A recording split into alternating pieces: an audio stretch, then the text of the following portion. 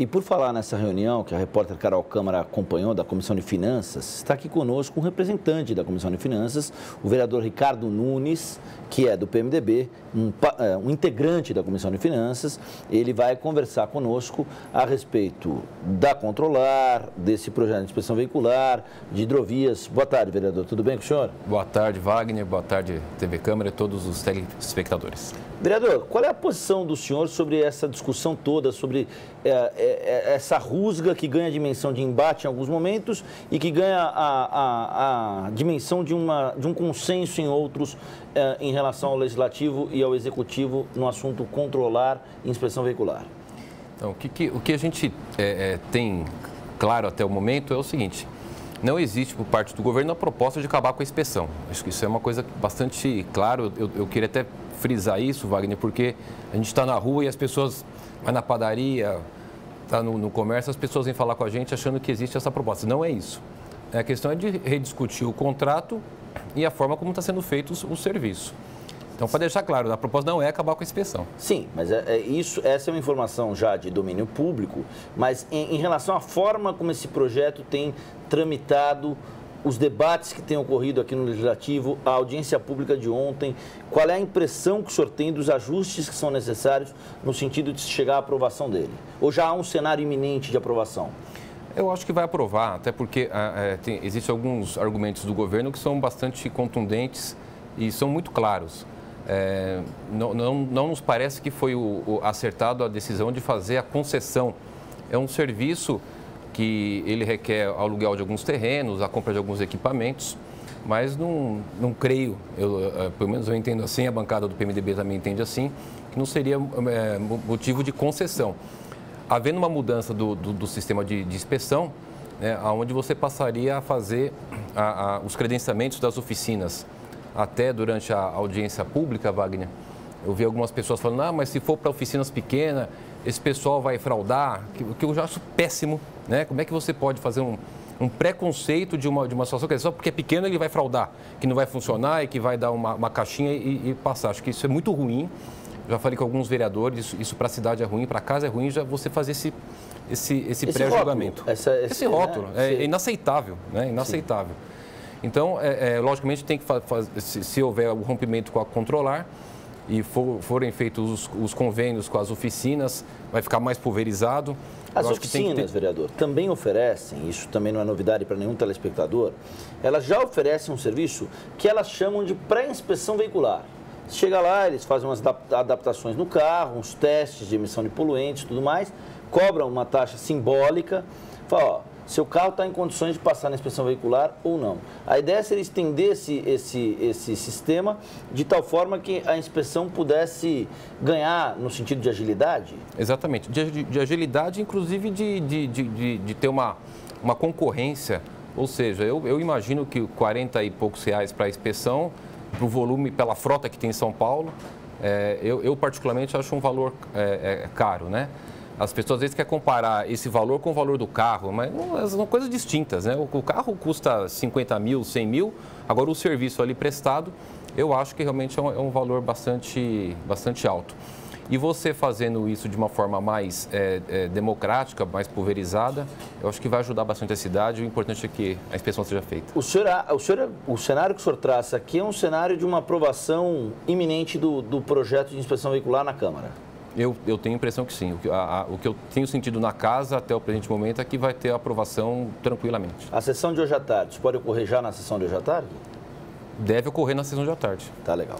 Vereador, a implantação do sistema, o assunto que também traz o senhor aqui, o senhor que é integrante da Comissão de Finanças da Câmara Municipal de São Paulo, a implantação do sistema de transporte público hidroviário nas bacias dos rios e represas da cidade e a criação do Fundo Municipal de Desenvolvimento do Transporte sobre Trilhos é um assunto dos mais importantes no momento em que a frota de veículos de São Paulo bate na casa de 7 milhões. O senhor tem um projeto que é usar o rio Tietê e o rio Pinheiros como alternativa no transporte público na cidade de São Paulo. Na prática, como é que funcionaria? Exatamente. Só me permita, Wagner, fazer só uma pequena observação. Estávamos falando agora do Controlar, que o grande foco da questão da inspeção veicular é com relação à questão do meio ambiente. Sim.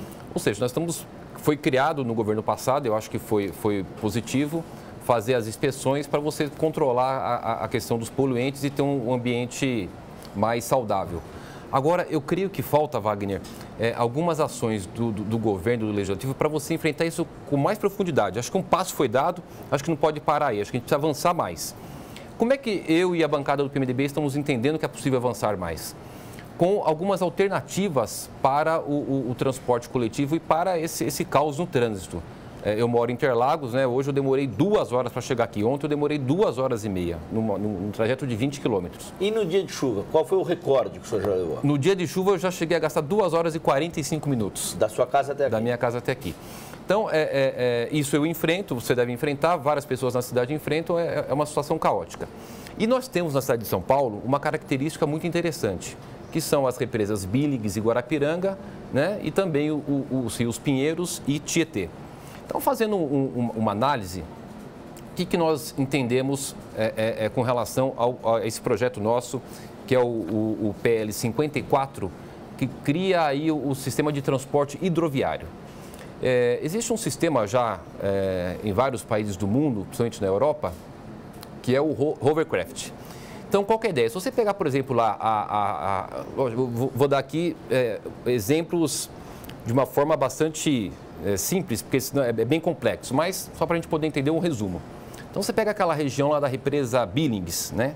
Onde você tem lá todo aquele cantinho do céu, Gaivotas, Jardim Eliana, Cocaia, e você tem, por exemplo, lá na região da Pedreira, o Parque Doroteia. Então, são regiões altamente densas, né? Tem uma população enorme, que sofre muito com o trânsito. Quem vem daquela região da Pedreira com a Alvarenga, quem vem da região do Grajaú com a Belmira Marim e quem vem da região de Capão Redondo, lá a M. Boimirim. Ou seja, e você tem as duas represas ali dentro desse circuito. Então, se você conseguir fazer com que o transporte, saindo da represa lá da ponta, vindo pela represa e você conseguindo integrar esse transporte ao rio e você, chegando até o rio, você consegue fazer a integração desses usuários para os terminais de trem ou do metrô, você vai interligar até a estação Pinheiros do metrô. Vai ser um avanço gigantesco.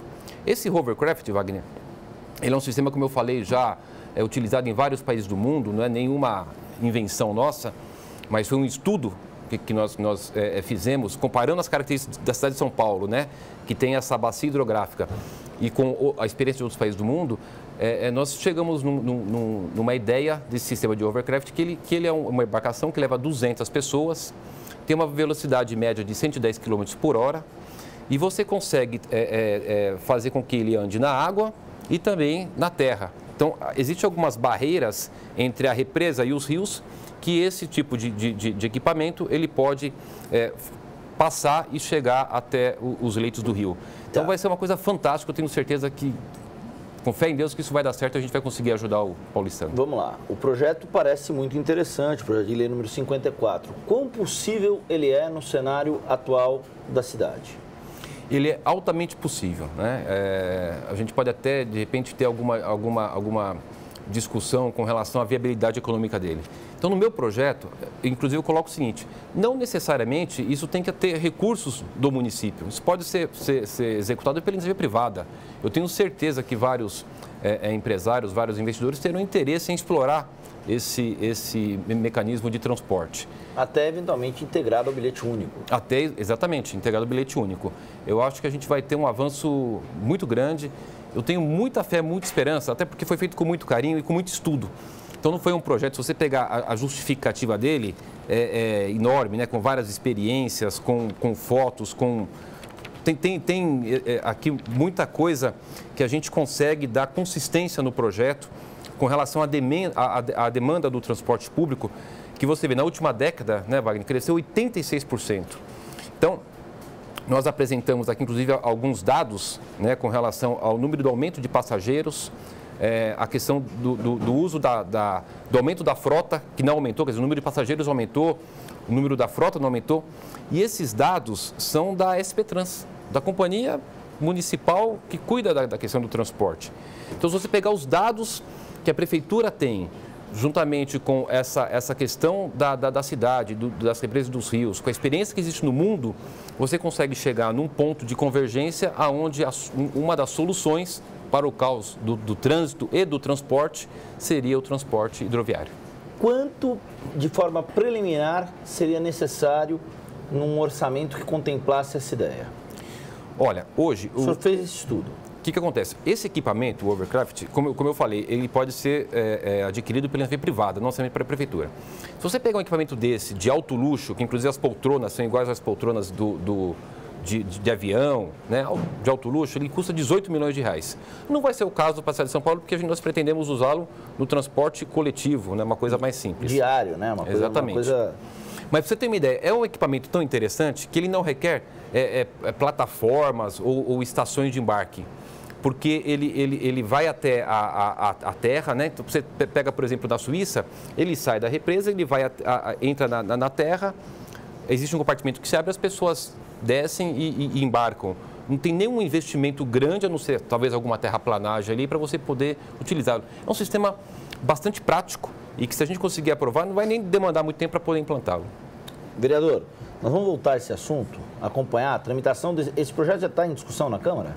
Esse projeto nós protocolamos, ele agora vai entrar na Comissão de Constituição e Justiça, né? Ainda não foi distribuído, mas eu já pedi e solicitei para a minha assessoria para fazer um estudo preliminar jurídico com relação à constitucionalidade.